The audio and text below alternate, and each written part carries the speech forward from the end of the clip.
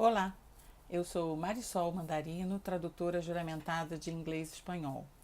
Hoje o meu tema aqui vai se referir a uma pergunta que eu recebo muito, com muita frequência, e é a seguinte: a tradução juramentada pode ter um preço fixo? Na realidade, essa é a pergunta que fica embutida em vários comentários, né, no pensamento. A pessoa não deixa essa pergunta muito clara, mas ela fica embutida em vários comentários, né, fica nas entrelinhas do que eu escuto de alguns clientes. Então, por exemplo, temos aí a carteira de habilitação, tá? É como se chama aqui no Brasil, que muita gente acaba chamando de carteira de motorista, o nome correto é carteira de habilitação, para quem não sabe.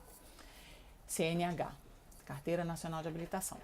E esse documento, vindo de outros países para ser traduzido aqui por um tradutor público no Brasil, ele acaba sendo orçado por muitos colegas, né? Eu não vou dizer muitos, talvez alguns, né? Do meu conhecimento, por um preço fixo. Aí acabam dizendo para o cliente: olha, traduzir carteira de habilitação custa R$ 100.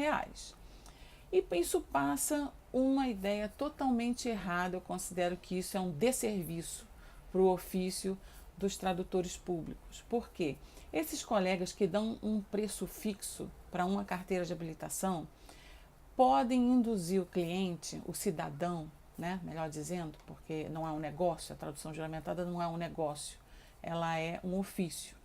Então a gente não pode falar nem em cliente, no caso é o cidadão, o usuário do serviço público que se presta, né, quando a gente oferece, quando a gente entrega uma tradução pública. Então, o cidadão, usuário desse serviço de tradução pública, né, de uma carteira de habilitação, ele fica com a falsa ideia de que todo documento, ao ser traduzido por um tradutor público, vai ter um preço fixo. E é normal, porque a gente compra uma geladeira com preço fixo, a gente compra um ventilador nesses tempos de verão, né? Não sei se vocês vão ver este vídeo numa época de verão, mas hoje devemos estar a 35 ou 40 graus aqui no meu estado.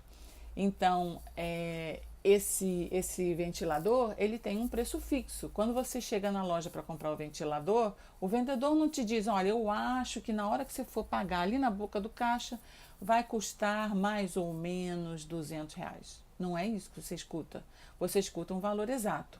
Ah, este ventilador custa X reais, né? E isso não pode acontecer na tradução pública. Por quê? Porque a tradução pública ela é cobrada pelo número de caracteres da tradução pronta. Então, se eu, antes de começar a fazer a tradução, eu já digo para você que a tradução custa X, ou eu sou adivinho, né? Eu já fiz aquela tradução, fiz a tradução por minha conta, sem você ter autorizado, sem ter pago sinal. Eu fiz assim porque eu quis adiantar meu serviço, que não está proibido, mas não é o normal que você comece a gastar o seu tempo de trabalho com um trabalho que não foi nem confirmado. Se a pessoa cancelar, também por sua conta e risco, você fez o trabalho e não vai ganhar nada, certo? A pessoa cancelou e não tinha, quer dizer, cancelou não, ela nem te deu autorização para fazer o trabalho. Agora, se você dá esse valor fixo, você passa esse conceito errado para o cliente. Então, se foi desse jeito para a carteira de habilitação com o fulano também vai ser desse jeito quando eu quiser fazer o contrato. Ele vai me dar vai olhar para o documento e vai dizer: isto aqui custa X reais. Se você quiser fazer comigo, custa X reais. Quando não é assim, a gente é obrigado por lei a cobrar pelo número de caracteres da tradução pronta. Aí um cliente mais assim desconfiado vai dizer: mas como é que eu vou saber o valor? Né? Como é que eu posso confirmar uma coisa se eu não sei o valor? Então, por isso é que se dá um preço estimado. No preço estimado, geralmente o tradutor público vai colocar uma margem de erro. Né? Ele vai contar de alguma maneira aqueles caracteres do original, vai acrescentar algum percentual por conta do aumento vamos supor, em inglês a gente não tem quase preposições, ligando os substantivos. Em português nós temos sempre preposições. Isso vai inchando o texto, né? Vai deixando ele maior, com mais caracteres. E é óbvio que um texto que venha do inglês para o português vai aumentar o número de caracteres, não vai ser só o número de caracteres do original. Então a gente tem que entender isso, que muitas vezes o cliente escaneia o original, mas no meu deu X caracteres, como é que na sua tradução deu tantas laudas assim?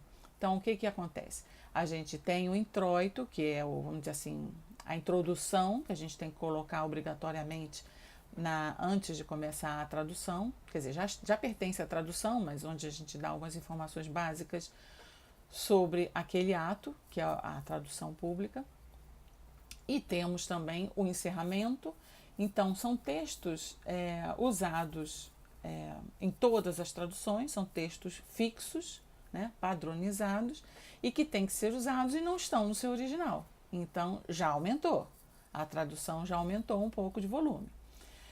Os carimbos, geralmente a pessoa não leva em conta os carimbos, porque na hora que a gente vai digitalizar, ou seja, osserizar um original que tem carimbos, a gente vai pedir que o computador faça o reconhecimento dos caracteres do original, esse programa geralmente não consegue ler todo o texto dos carimbos. Então, isso é desprezado pela máquina, mas o tradutor público não pode desprezar, ele tem que traduzir na íntegra para que aquele documento não seja recusado, aquela tradução não seja recusada. Então, quando a gente dá um preço fechado, a gente está fazendo um grande desserviço para toda a categoria, para todo o conjunto de tradutores públicos, porque o meu colega que define que uma tradução pública de uma carteira de habilitação custa R$100, exatos R$100, ou 110, ou 120, ou 150, o que for, ele ou está cobrando a mais ou está cobrando a menos. E as duas atitudes são erradas, porque está lá no nosso decreto 13.609, que é proibido conceder descontos e temos que aplicar a tabela de emolumentos. Então, se é proibido conceder descontos, eu não posso dizer que é menos do que o valor que realmente é. Né? Então, primeiro eu tenho que fazer a tradução para depois passar para o cliente o valor final daquele trabalho. Então, é essa complicação. E esse meu colega que passa um valor fixo, por exemplo, de uma carteira de habilitação a R$100, ele está pensando que aquele cliente vai sempre usar os serviços dele. E se ele for usar os serviços de outro colega? Ele vem com aquela bagagem, né, daquele passado, aqueles outros orçamentos que ele fez com o tradutor número 1, vamos dizer assim, que deu o orçamento fixo de R$100, e ele chega no tradutor número 2 com a mesma informação. Aí o tradutor fala, não, vai ser mais ou menos R$100, pode dar 80, pode dar 120, né? Vai ser por volta de R$100, ou vai ser no máximo 150, o que também não está errado. Vai ser no máximo 300, bom, ele não tem prática com orçamento, mas vai ser no máximo 300. Se der 80, ele não vai cobrar 300, ele vai cobrar os 80, né? Então, é isso que a gente tem que ver. Mas muitas vezes o cliente chega com a bagagem do tradutor, de ter feito orçamentos e trabalhos com o tradutor número 1, e vai lá no tradutor número 2 cobrar coisas, né? O mesmo procedimento, quando aquele tradutor número 1 estava com o procedimento errado. Aí ele acha que o tradutor número 2 é que está errado. Não é. Era o tradutor número 1 que não podia nunca ter dado um preço fixo para tradução pública, porque não estamos vendendo ventiladores, não estamos vendendo geladeiras, não é um objeto, não é uma venda, não é comércio. É tradução pública, tem regulamentação própria, temos um decreto desde 1943 a seguir, né? Então esse meu colega, infelizmente, está desrespeitando a legislação. Tá bom? Qualquer dúvida sobre o tópico, coloquem aqui embaixo suas dúvidas, cliquem no sininho para vocês receberem as notificações, curtam o canal, compartilhem, tá? E me digam se vocês têm alguma dúvida sobre o assunto. Um abraço, até a próxima!